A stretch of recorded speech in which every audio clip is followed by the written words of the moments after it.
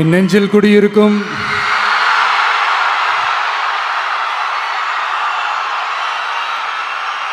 கரூர் சொந்தங்கள், உங்கள் அனைவருக்கும் என்னுடைய வணக்கம்.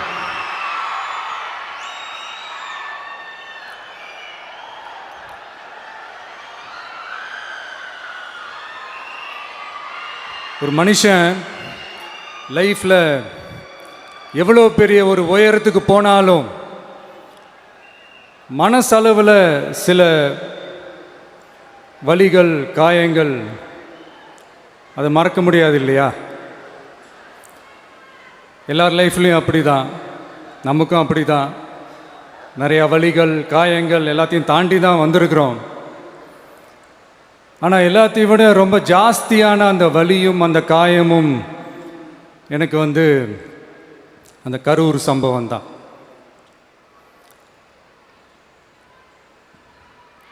மக்களை சந்திக்கணும், மக்கள் பிரச்சனைகளை எடுத்து பேசணும். அதுக்காக தான் அந்த மக்கள் சந்திப்பு பயணத்தை தொடங்கி திருச்சி, அரியலூர், நாகப்பட்டினம், திருவாரூர், நாமக்கல், கரூர் அப்படின்னு சொல்லிட்டு போயிட்டுருந்தோம். அரியலூரில் அந்த மீட்டிங் முடிச்சுட்டு பெரம்பலூர் போகிறதுக்கு முன்னாடி அந்த பெரம்பலூர் போலீஸ் எங்களை அலர்ட் பண்ணாங்க. சரிங்க, கூட்டம் கொஞ்சம் ஜாஸ்தியாக இருக்குது, லேட் ஆகிடுச்சு, வராதிங்க அப்படின்ட்டு. So we had no choice. Police சொன்னால் நம்ம அதை ஒபே பண்ணி தானே ஆகணும். அதே நேரத்தில் பெரம்பலூர் மக்களோட அந்த சேஃப்டியும் மைண்டில் எடுத்துக்கிட்டு ஒரு மன வலியோடவே திரும்ப போயிட்டோம். அதுக்கப்புறம் பெரம்பலூர் தொகுதி மக்களுக்கு மன்னிப்பும் கேட்டோம். அதே மாதிரி நாமக்கல் அந்த மீட்டிங் முடிச்சுட்டு கரூர் வரும்போது அந்த கரூர் போலீஸ் எங்களை அலர்ட் பண்ணியிருக்கலாம்ல.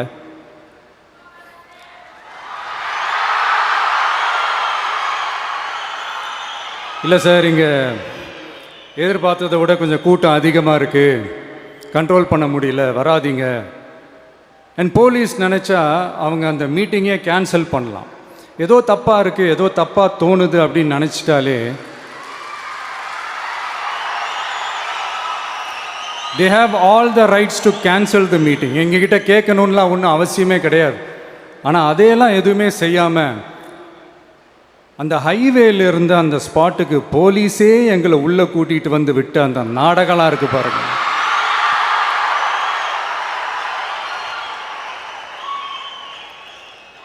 நம்பிட்டேங்க, முழுசாக நம்பிட்டேன். அன்னைக்கு இருந்த அந்த கரூர் போலீஸ் பேசும்போது தேங்க்ஸ்லாம் சொன்னேன் அவங்களுக்கு. எனக்கு தெரியாது இப்படி ஒரு நாடகம் நடக்கும். இதுக்கெல்லாம் யார் காரணம்? இதெல்லாம் யார் சொல்லி செஞ்சது? இப்படி பண்ணுங்க, அப்படி பண்ணுங்க, சப்போஸ் அப்படி நடந்தா இப்படி பண்ணுங்க, சப்போஸ் இப்படி நடந்தா இந்த மாதிரி இன்ஸ்ட்ரக்ஷன்ஸ்லாம் கொடுத்து அந்த ப்ரெஷர் போடுறது யார்?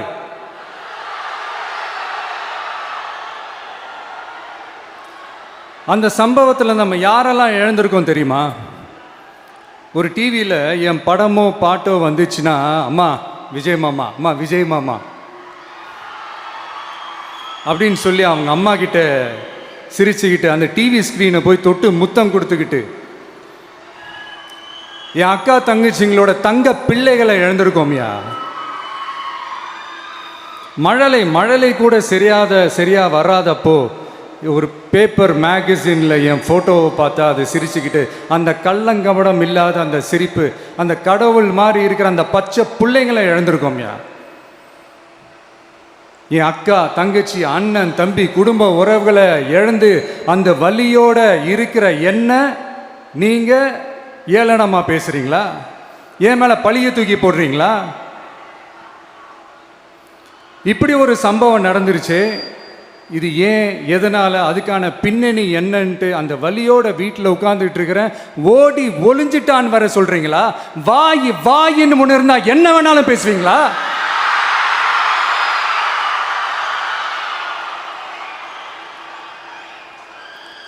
மக்களே, நான் உங்களையே கேட்குறேன். அன்றைக்கி அத்தனை க்ரௌடு இருந்துச்சு, அந்த க்ரௌடுக்கு தகுந்த மாதிரி போலீஸ் பாதுகாப்பு கொடுத்தாங்களா? இந்த இடத்தை எடுத்துக்க சொல்லி நாங்கள் தான் சொன்னோம்னு ஒரு போலீஸ் ஆஃபீஸர் பேட்டி கொடுக்குறாரு. அதுக்கு என்ன அர்த்தம்? இவ்வளோ வலி, இவ்வளோ காயங்கள் கொடுத்துட்டு பழியை தூக்கி நம்ம மேலே போட்டுட்டு அதில் ஒரு அரசியல் ஆதாயம் தேடுறீங்களேயா? இதில் வாய் கூசாமல் சட்டசபையில் ஸ்டாலின் சார் நம்ம மேலே திருப்பி விட்டு அங்கே ஒரு அரசியல் செய்கிறாரு. அதுக்கு என்ன அர்த்தம்? நமக்காக வந்திருக்கிற மக்களை காக்க வைக்கிறதுக்கு நான் ஒன்றும் ஆதாயம் தேடுற அரசியல்வாதியெல்லாம் கிடையாது. மக்களுக்காக அரசியலுக்கு வந்தவன் இந்த விஜய். எனக்காக எல்லாமும் கொடுத்த என் மக்களுக்காக எல்லாத்தையும் விட்டுட்டு மக்களுக்காக மட்டுமே அரசியலுக்கு வந்தவன் இந்த விஜய். அவங்களுக்காக நன்றி கடன் செலுத்துறதுக்காக மட்டுமே அரசியலுக்கு வந்தவன் இந்த விஜய். உங்களுக்கு தான் இந்த விஜயை பற்றி நல்லா தெரியுமே. ஆனால் நம்ம எல்லாருக்குமே இத்தனை வலிகள் காயங்கள் கொடுத்தவங்களுக்கு இந்த 2026 தேர்தலில் தக்க பதிலடி கொடுத்துட்டீங்க. ஆனால் அது மட்டுமே பத்தாது மக்களே, அது மட்டுமே பத்தாது. காலகாலத்துக்கும் எழுந்திருக்கவே முடியாத அளவுக்கு நிரந்தரமான ஒரு பதிலடியை நீங்க கொடுத்துக்கிட்டே இருக்கணும்.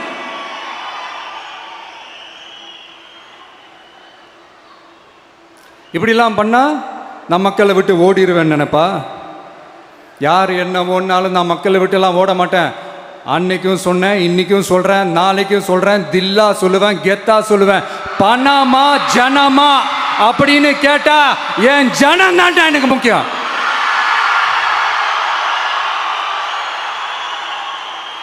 மக்களே, உங்களை விட எனக்கு இந்த காசு பணம் முக்கியமா என்ன? இவ்வளோ குறைகள் நம்ம மேலே சொல்கிறாங்களே, இப்போ நான் சொன்ன மாதிரி அவங்களால ஓப்பனாக சொல்ல முடியுமா? அந்த தில்லு இருக்கா, திராணி இருக்கா? ஒரு கிடையாது. ஆனால் நம்ம மக்கள் அமைச்சு கொடுத்த நம்ம அரசை குறைகள் மட்டும் டிசைனா மாடலாக குறைகள் மட்டும் சொல்லுவாங்க. ஒவ்வொரு டிபார்ட்மெண்ட்லேயும் அந்த பார்ட்டி ஃபண்ட், அந்த கட்சி நிதின்ற பேரில் அடிக்கிற கொள்ளையெல்லாம் இந்த தீய சக்தியாக இருக்கட்டும், தீந்து போன சக்தியாக இருக்கட்டும், ரெண்டு பேரும் மாறி மாறி இதே தான் செஞ்சிட்டு இருக்கிறாங்க. இதில் ஒரு ஹைலைட் காமெடி என்னன்னா, சட்டசபையில் பேசும்போது பார்ட்டி ஃபண்டுன்னு தான் சொன்னேன். அது எந்த பார்ட்டி, என்ன ஃபண்டு, யாரு, என்ன பேரு, எதுவுமே சொல்ல. பார்ட்டி ஃபண்டுன்னு சொன்னவனை எடுத்தாங்க பாருங்க ஒரு ஓட்டம். எனக்கே ஃபஸ்ட்டு புரியல, ஏன்பா ஓடுறாங்க? அப்படி என்ன நம்ம இப்போ சொல்லிவிட்டோம்? அதான் அந்த குற்றம் உள்ள நெஞ்சுக்கு தான் குறுகுறேங்கும். இது எப்படி இருக்குது தெரியுமா? எங்கள் அப்பா பீரோக்குள்ளே இல்லை, எங்கள் அப்பா பீரோக்குள்ளே இல்லை அப்படின்னு சொல்கிற மாதிரி. ஐயோ, ஏன் கேட்குறீங்க? இவங்களோட செம்ம கூத்தாக இருக்குங்க, செம்ம ஃபன்னாக இருக்குது. சென்னையில் ஒரு பாலம் கட்டுறதுக்காக நார்மலாக ஆகிற செலவை விட அதிக செலவில், கிட்டத்தட்ட டபுள் மடங்கு செலவில் ஒரு டெண்டர் ஒன்று விட்டுருக்குறாங்க. அதையெல்லாம் தோண்டி எடுத்து அதெல்லாம் இப்போது கண்டுபிடிச்சி கேன்சல் பண்ணியிருக்கிறோம். இன்னும் எத்தனை கோடி ஊழல், எத்தனை லட்சம் குடல் தோண்ட வருமோ எங்களுக்கே தெரில. ஒவ்வொரு முகமுடியாக கிழியுது. ஐயோ, இந்த விஜய் ஒவ்வொரு கதையாக எடுத்து வெளியில் விட்டுருவான் போலேன்ட்டு திரும்புகிற பக்கம்லாம் கதறல் கதறல் கதறல். காதலேருந்து ரத்தம் வராத குறை. ஆமாம், இப்படி ஊழல்லே ஊறி போனவங்க இப்படி தான் இருப்பாங்க. இந்த 50-55 நாட்களில் அங்கே செஞ்ச சில விஷயங்கள்லாம் சட்டசபையிலே எடுத்து சொன்னேன். பட் இங்கே ஒரு சில விஷயங்கள் சொல்லணும்னு நினைக்கிறேன். இந்த மின்சாரத்துறையில் இதுக்கு முன்னாடி போட முடியாமல் இருந்த அந்த பதவி உயர்வை இப்போ தான் எங்களால் போட முடிஞ்சுது. அதுக்காக ஒரு அக்கா அழுதுகிட்டே ஒரு நன்றி சொன்னாங்களே, அதெல்லாம் அவங்க கண்ணில் படாதே அந்த வீடியோலாம், குறை சொல்கிறவங்களுக்கு. அடுத்து லஞ்சம்லாம் ஒழிக்க முடியாது, ஊழல்லாம் ஒழிக்க முடியாது, அதெல்லாம் பிளட்டிலேயே ஊறி போய் இருக்கு அப்படின்னு சொன்னவங்க போய் ஒவ்வொரு கவர்மெண்ட் ஆஃபீஸாக பாருங்க. ஒரு பைசா லஞ்சம் இல்லை, ஒரு பைசா ஊழல் இல்லை. வேலையெல்லாம் சும்மா டக்கு டக்கு டக்குன்னு நடக்குது. ஒரு பெரியவர் ஒருத்தர் சொல்கிறாரு, தம்பி வேலையெல்லாம் நடக்குது, ஆனால் அதையும் தாண்டி எங்களுக்கு மரியாதை கொடுக்குறாங்க தம்பி, உட்கார வச்சுலாம் பேசுகிறாங்க.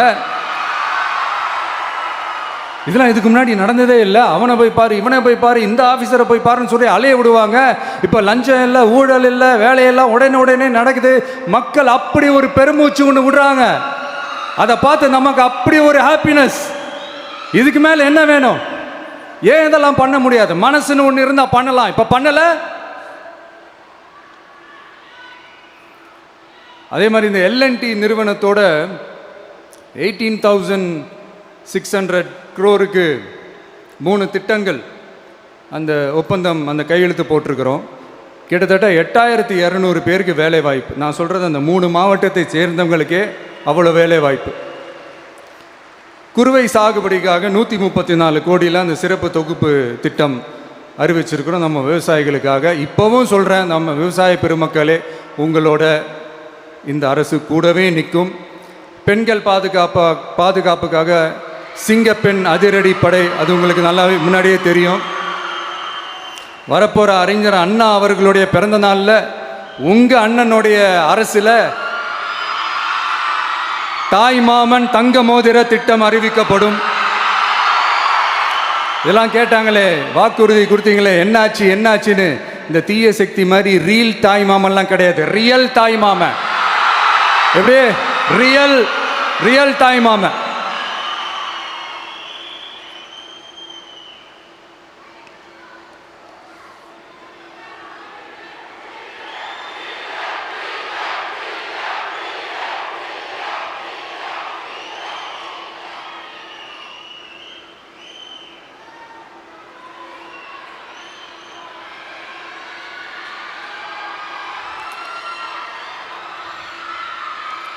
இந்த தீய சக்தியை பற்றி,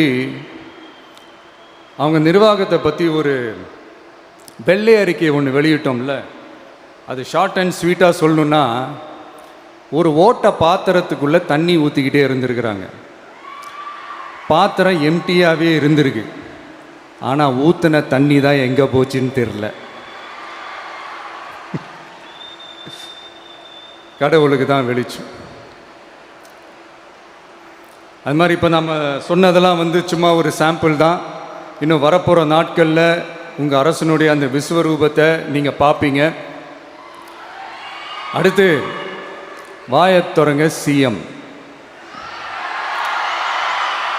அடாடா, உங்கள் சிஎம்ஐ நெஞ்சிலேயே குத்திட்டு வந்தீங்க பாருங்க, அதெல்லாம் வேற லெவல். பேசுங்கன்றீங்க, பேசுனா எந்திரிச்சு ஓடிடுறீங்க. இனிமேல் பேச ஆரம்பிக்கிறதுக்கு முன்னாடி என்ன பண்ணணும் அப்படின்னா, ஒரு நண்பர் ஒருத்தர் சொன்னார், மாண்புமிகு பேரவைத் தலைவர் அவர்களே, எல்லா டோரையும் இழுத்து லாக் பண்ணுங்க அப்படின்னு சொல்லிட்டு தான் பேச்ச ஆரம்பிக்கணும் போல் இருக்கு. ஏன்னா பேசிட்டு இருக்கும் போதே எந்திரிச்சு ஓடிடுறாங்க. 5 நிமிஷம் பேசினதுக்கே குளத்தூர்ல கொத்து பரோட்டா போட்டாங்க.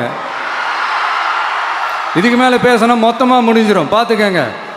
நாம் அரசியல் பேசினா விஜயெல்லாம் அரசியல் பேசலாமா அப்படிங்கிறது.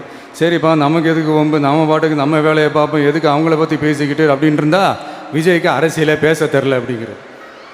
இப்படியே மாறி மாறி மேகதாது அணையை பற்றி என்ன தெரியும், விஜயம் அதை பற்றி பேசலை. இப்படி நம்ம அரசியலுக்கு வந்ததுலேருந்தே ஒரு கூட்டம் குறை மேலே குறையா சொல்லிக்கிட்டு, பாட்டுக்கு பாட்டு கச்சேரி எங்களுக்கும் பண்ண தெரியும், பண்ணலாமா? இந்த மேகதாது அணை சம்பந்தமான அந்த வழக்கில் தமிழ்நாட்டோட பெட்டிஷனை சுப்ரீம் கோர்ட் எப்போ ரிஜெக்ட் பண்ணிச்சு? அப்போ யார் ஆட்சியில் இருந்தா? ஏன் ஒழுங்காக வாதாடல? நீங்கள் ஒழுங்காக வாதாடி இருந்தீங்கன்னா அதை ரிஜெக்ட் பண்ணியிருக்க மாட்டாங்கல்ல. ஏன் ஸ்டாலின் சார் வேணும்னே விட்டுட்டாரா? ஏன் இப்படிலாம் கேள்வி கேட்கலாமா? இப்படிலாம் கேள்வி கேட்டால் தான் மேகதாது அணையை பற்றி பேசுனதா அர்த்தமா? ஏன் அந்த ஸ்டேட்டு சிஎம் பேசுகிறாரு, நீங்கள் ஏன் பேசலை அப்படின்னா, நம்ம ஸ்டேட்டோட உரிமையை எங்கே நிலைநிறுத்தணுமோ அதுக்காக வேலை பார்க்குறது மட்டும்தான் முக்கியம். சும்மா சவால் விட்டுக்கிட்டு சீண்டி பார், நான் யார் தெரியுமா, தொட்டு பார், இப்படிலாம் பேசிக்கிட்டு இருந்தால் வேலைக்கு ஆகாது. சும்மா பேசி பேசி பிரச்சனையை வளர்த்துக்கிட்டு யார் மேலே அது பழியை தூக்கி போட்டுட்டு அப்புறம் மக்களை அம்போன்னு தெருவில் விட்டுட்டு இப்படி தான் ஒரு அரசியல் பண்ணணும்னா அந்த அரசியல் நமக்கு தேவையும் இல்லை, அதை நம்ம செய்யவும் போகிறதில்ல. Talk less work more mode தான், அதுதான் நம்ம பாலிசியே. அதனால தான் சட்டசபையில் அந்த அரசினர் தீர்மானம்னு சொல்லி ஒன்று கொண்டு வந்தோம். அது எப்படி டு டேக் இட் ஃபார்வர்ட், எப்படி கொண்டு போகணுமோ அதை சரியாக செய்வோம். சென்ட்ரல் கவர்மெண்ட்லேருந்து அந்த டீலிமிட்டேஷனை திரும்ப கொண்டு வர போகிறதா ஒரு பேச்சு ஒன்று அடிபடுது. யார் என்ன டீலிமிட்டேஷன் கொண்டு வந்தாலும் தமிழ்நாடு அது ஒத்துக்காது. நமக்கான இடத்த யாரும் பறிக்கவும் முடியாது, அது பறிக்கவும் விட மாட்டோம். இப்படி நாம் இருக்கும்போது இந்த தீய சக்தி திமுக எங்கே போய் நிற்குது, யார் கதவை தட்டிக்கிட்டு நிற்குது, அது உங்களுக்கே நல்லா தெரியும். மக்களே, இந்த தீய சக்தியும் தீந்து போன சக்தியும் வேறலாம் இல்லை, கூட்டு களவாணிங்க. சொல்ல முடியுமா அவங்களால? எங்களுக்குள்ள ஒட்டும் இல்லை, உறவும் இல்லை, அறிவிக்க முடியுமா? நிரூபிக்க முடியுமா? இந்த வரப்போகிற இடைத்தேர்தலில் அதை நிரூபித்து காட்டுங்க, அப்புறமா பேசுங்க. மக்களை, என் மனசை விட்டு கரூர் எப்பவும் நீங்கவே நீங்காது. நமக்கு ஏற்பட்ட வேதனையான சம்பவத்தை, நமக்கு எதிராக நடந்த சதிய சூழ்ச்சியை இனி வர்ற ஜென்ரேஷனும் அவங்களுக்கு தெரியப்படுத்தணும்ல. அதுக்காகவே இனி ஒரு அரசியல் சதிய, அரசியல் சூழ்ச்சியை யாரும் யோசிக்கவே கூடாதுன்றதுக்காகவே கரூரில் ஒரு நினைவு சின்னத்தை நம்ம டிவிகே சார்பாக அமைக்கப்படும் அப்படின்றத அறிவிக்கிறோம். அப்புறம் கரூர்லேருந்து ஒட்டுமொத்த தமிழ்நாட்டு மக்களுக்கும் சொல்கிறேன், உங்கள் டிவிகே அரசு உங்களுக்காகத்தான் உழைக்கும். அடிப்படை வசதிகளை முதல்ல நிறைவேற்றணும். ஒரு பக்கம் நிதி நிலைமையை சரி செஞ்சுக்கிட்டே, இன்னொரு பக்கம் அப்படியே நாம் சொன்னதில் ப்ரையாரிட்டி பார்த்து ஒவ்வொன்றா படிப்படியாக நிறைவேற்ற ட்ரை பண்ணுவோம். இது எப்பவும் உங்களுக்கான அரசாக தான் இருக்கும். இந்த விஜய் உங்கள் விஜயாக தான் இருப்பான். நீங்கள் உரிமையோட உங்கள் கவர்மெண்ட்டை நீங்கள் அணுகலாம். இந்த தீய சக்தி ஆட்சி முடிஞ்சு பொட்டிக்குள்ளே போனதுலேருந்து என்னென்னமோ பண்ணுறாங்க, இது ஏதோ பேசுகிறாங்க, சோஃபாங்கிறாங்க, வாஷிங் மிஷினுங்கிறாங்க. இந்த அரசியல் வியாபாரம் பண்ணுறதுக்கான அந்த வெண்டிங் மெஷினே அவங்க தான். யார்? இந்த திமுக. இதில் நம்மளை பார்த்து வாஷிங் மிஷினுங்கிறாங்க. எலெக்ஷனில் ஓட்டுக்கு காசு கொடுக்குற அந்த கலாச்சாரத்தையே, அந்த கல்ச்சரை அடித்து நொறுக்கி இருக்கிறோம். எலெக்ஷன்லேயே அப்படி வேலை பார்த்தோம். நமக்கு எதுக்கு இந்த குதிரை, கழுதை, ஒட்டக பேரெல்லாம்? மக்களின் பக்கம். அப்படி இருக்கும்போது நமக்கு எதுக்கு இந்த பேரெல்லாம்? இந்த திருட்டு திமுக ஆட்சியை வச்சுக்கிட்டு ஊரடிச்சு ஒலையில போட்டு இந்த கொள்ளையை அடித்ததுனால தான் உங்கள் கரூர் கம்பெனி ஓனர் ஒருத்தர் எங்கே இருக்காருன்னே தெரியாமல் ஓடு ஓடு ஓடு ஓடு ஓடு ஓடு ஓடு ஓடு வராம் பாரு வேட்டக்காரன் ஓடினே இருக்கிறாரு. இன்னொருத்தர் ஃபாரின்ல போய் ஒளிஞ்சுக்கிட்டார். ஃபாரின் ஸ்டாலின் சார்ன்னு நினச்சிட போறீங்க. அவர் இல்லை. எனக்கு எப்பவுமே ஸ்டாலின் சார் மேலே ஒரு தனி பாசம் ஒன்று உண்டு. அவர் கிடையாது, இவர் வேற. சிங்கப்பூருக்கு செக்கப்புக்கு போனார்ல அவர். இன்னும் தோண்ட தோண்ட எத்தனை பேர் மாட்ட போகிறாங்களோ தெரில. உங்ககிட்ட யாராவது லஞ்சம் ஏதாவது கேட்டாங்கன்னா கொடுக்க முடியாது சொல்லுங்கள், நான் இருக்கேன் உங்களோட. அப்படியே யாராவது ஃபோர்ஸ் பண்ணாங்கன்னா இது எங்க மகன், எங்க புள்ள, எங்க அண்ணன், எங்க தம்பி, எங்க விஜய், எங்க விஜயோட ஆட்சின்னு ஸ்ட்ராங்கா சொல்லுங்க. மக்களை, நீங்க கூட இருக்கும் போது லஞ்ச ஊழல் மட்டும் இல்லை, அதிகாரத்தை வச்சு ஆட்டம் போடுற யாரா இருந்தாலும் அடங்கிடுவாங்க. இந்த கடமை, கண்ணியம், கட்டுப்பாடுன்ட்டு ஒரு காலத்தில் கொள்கையோடு இருந்த கட்சியெல்லாம் இன்னைக்கு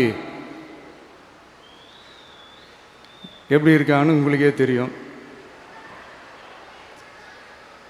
அதாவது இந்த டிவிகே கட்சியோட தலைவரை எதிர்க்கிறதுல ஒரு நியாயம் இருக்கு. ஏன்னா உங்கள் பொழப்பில் மண்ணள்ளி போட்டான். என்ன, இந்த ஊழல் லஞ்சம்லாம் பண்ண மாட்டேன்னு சொல்லி உங்கள் அரசியலையே ஒரு தெருமுனைக்கு கொண்டாந்து விட்டான். மக்கள் வேற அவனை தான் நம்புகிறாங்க. ஸோ இந்த விஜயை எதிர்க்கிறதுல ஒரு அரசியல் நியாயம் இருக்குது, அது புரிஞ்சிக்கலாம். ஆனால் இன்னைக்கு இந்த விஜயை மக்கள் ஓட்டு போட்டு ஜெயிக்க வச்சு ஒரு தீர்ப்பை கொடுத்து மக்களுக்காக வேலை செய்கிறதுக்காக முதலமைச்சராக உட்கார வச்சிருக்கிறாங்க. என்னமோ இன்னமும் நீங்கள் தான் ஆட்சியில் இருக்கிற மாதிரி விஜய் கரூருக்கெல்லாம் போகக்கூடாது, விஜய் இங்கே போகக்கூடாது, அது செய்யக்கூடாது, இது செய்யக்கூடாதுன்னு எனக்கு புரியலையே. ஆட்சியில் இருக்கும் போது தான் இவ்வளோ கட்டுப்பாடெல்லாம் போட்டிங்க, எஸ்ஓபிஸ்லாம் போட்டிங்க, ஸ்டாலின் சார் ஆப்ரேட்டிங் ப்ரொசீஜர்லாம் போட்டிங்க. இப்போவும் அதே பண்ணிட்டு இருந்தீங்கன்னா என்ன சார் நியாயம்? இல்லை, நான் தெரியாமல் தான் கேட்குறேன். இன்னும் கனவுலையே இருக்கிறீங்களா? முதல்ல முழிச்சு வாங்க, ரியாலிட்டிக்கு வாங்க. உங்கள் ஆட்சியெல்லாம் வீட்டுக்கு போய் டிவிக்கேன்னு ஒரு ஆட்சி வந்து ரொம்ப நாள் ஆச்சு. ஒழுங்கா படி என்று சுப்ரீம் கோர்ட் ஓங்கி மண்டேலியே நறுக்கு நறுக்கு நறுக்கு என்று செம்மட்டியாலே அடிச்சும் இந்த திமுக முழிச்சிக்கல அப்படின்னா அப்போ கொஞ்சம் கஷ்டம்தான். வெற்றி தோல்வியெல்லாம் அரசியலில் சகஜம் சார். அதுக்காகலாம் வெறி பிடிச்சி இந்த பதவி வெறி பிடிச்செல்லாம் அலைய தேவையில்லை. நல்ல விதமாகவே சொல்கிறேன், நியாயமான அரசியல் பண்ணுங்க. ஓ, அதுதான் உங்களுக்கு தெரியாதுல்ல. இந்த தீய சக்தி திருத்தவும் முடியாது, அவங்களா திருந்துவாங்கன்னு பார்த்தா அதுவும் நடக்க போகிறதில்ல. அதனால் வரப்போகிற இடைத்தேர்தலில் மக்களே இந்த தீய சக்தி திமுகவை நல்லா வெச்சு வெளுத்து விடுங்க. கான்ஃபிடண்டா இருங்க மக்களே, நல்லதே நடக்கும், வெற்றி நிச்சயம். மீண்டும் சந்திக்கும் வரை நன்றி, வணக்கம்.